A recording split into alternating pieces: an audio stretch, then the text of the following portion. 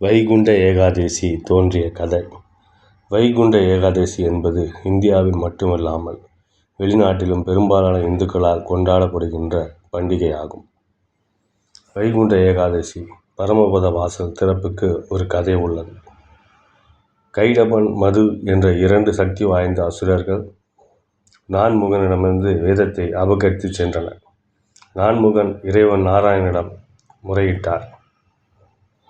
திருமால் குதிரை முகத்துடன் ஹயக்கிரீவராக அவதரித்தார். அசுரர்களை வதைத்து வேதங்களை மீட்டார். அப்போது அந்த 2 அசுரர்களும் மனம் திருந்தி திருமாலிடம் தங்களுக்கு முக்தி அளிக்கும்படி மன்றாடினர். வைகுண்ட வாசலை திறந்து மது கைடபருக்கு முக்தி அளித்த ஏகாதசி என்பதால் வைகுண்ட ஏகாதசி என்று இந்த நாள் அழைக்கப்படுகின்றது. மார்கழி மாத வைகுண்ட ஏகாதசியில் பரமபத வாசல் என்ற அந்த வைகுந்த துவாரத்தின் வழியாக நாம் பகவானை சென்று சேவிக்கிறோம்.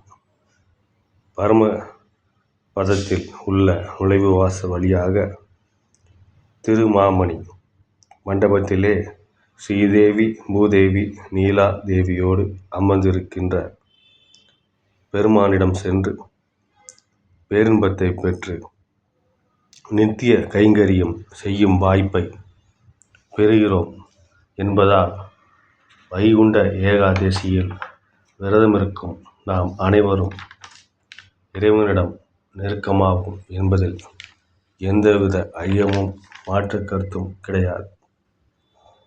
ஒவ்வொரு வைகுண்ட ஏகாதசிக்கும் தவறாது விரதமிருப்பவர்களுக்கு அவர்கள் வாழ்க்கையில் ஒவ்வொரு வருடமும் நல்வழி பாதையில் முன்னேற்றத்தை நோக்கி செல்வார்கள் என்பதில் எந்தவித ஐயமும் பக்தர்களுக்கு வேண்டாம்.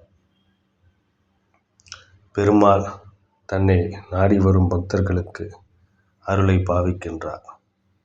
பக்தர்களை காக்கும் காமதேனுவாக அவர்கள் கேட்பதை கொடுக்கும் வள்ளலாக இருந்து வருகிறார்.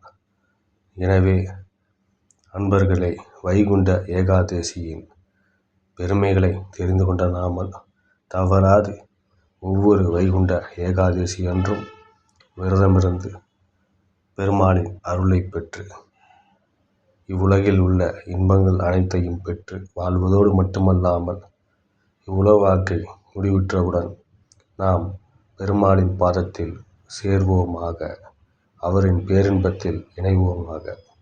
வாழ்த்துக்கள். வாழ்க வளமுடன்.